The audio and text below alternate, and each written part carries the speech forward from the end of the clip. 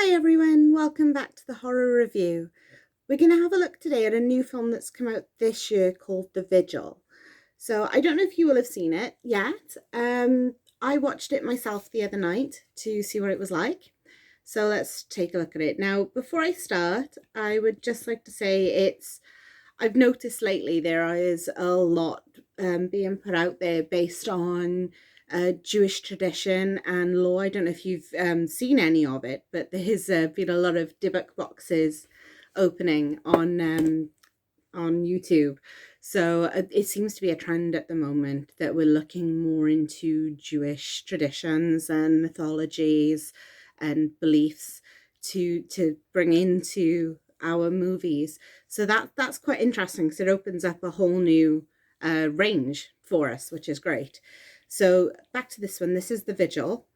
A man providing overnight watch to a deceased member of his former Orthodox Jewish community finds himself opposite a malevolent entity. So the writer-director of this is Keith Thomas. Now, this is his debut, and it's a really good debut. So it's done by Blumhouse, which I've got to be honest, I enjoy most of what they do. So I did go into this with high expectations. Now, it is very clearly a low budget film, but I don't feel that detracts from it. If anything, I feel that gives it an edge because you haven't got all of these huge special effects going on to detract you from the quality of the acting. Now, the cast is so small. Essentially, for the movie, you've got one person in the cast, which is a gentleman called Dave Davis.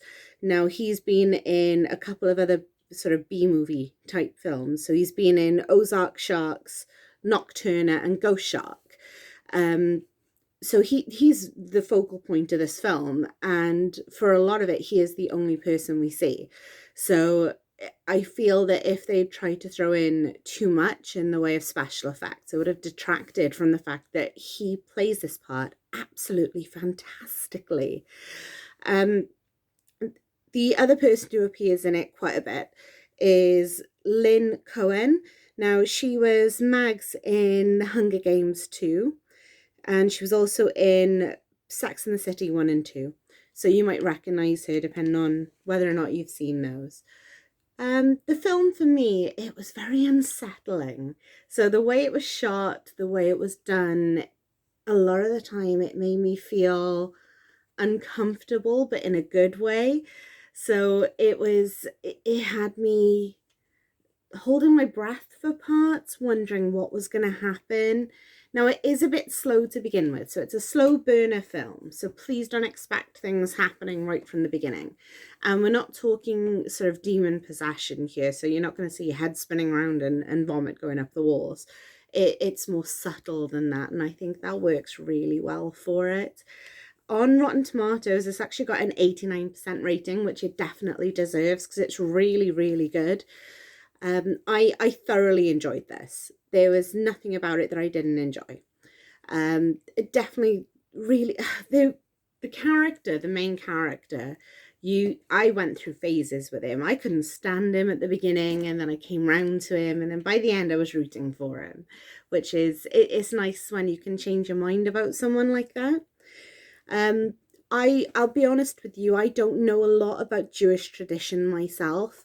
So in the movie, they refer to what this guy is doing as being a shomer. So essentially, the idea is he has to spend the night in a vigil over a person who has just died and say certain psalms and prayers over him. And the idea is he has to do that to help ease the man's spirit. So that's obviously where all of the paranormal side come into it and the malevolent entity. It's done really well. Like I said, it's not an in-your-face type film. It is a more subtle, stick with it while the story builds type of film.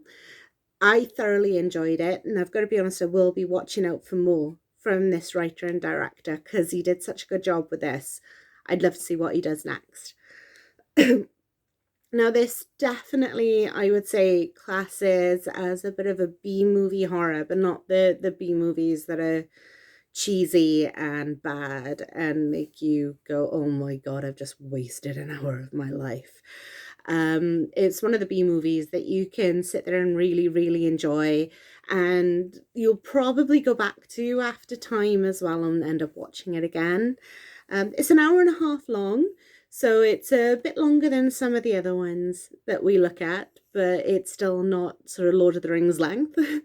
It's a nice, easy watch, but it is, like I said, I found myself very unsettled throughout it. I had a little look through some of the comments on Rotten Tomatoes, and it seems like a lot of people felt the same way. So that hopefully that's what the director was going for, that he wants us to feel a bit unsettled, because he's definitely achieved it.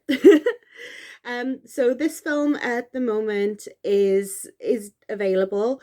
I watched it on Amazon Prime. It's 100% worth watching. So I would definitely say take a look. This film gets a 7 out of 10 from me.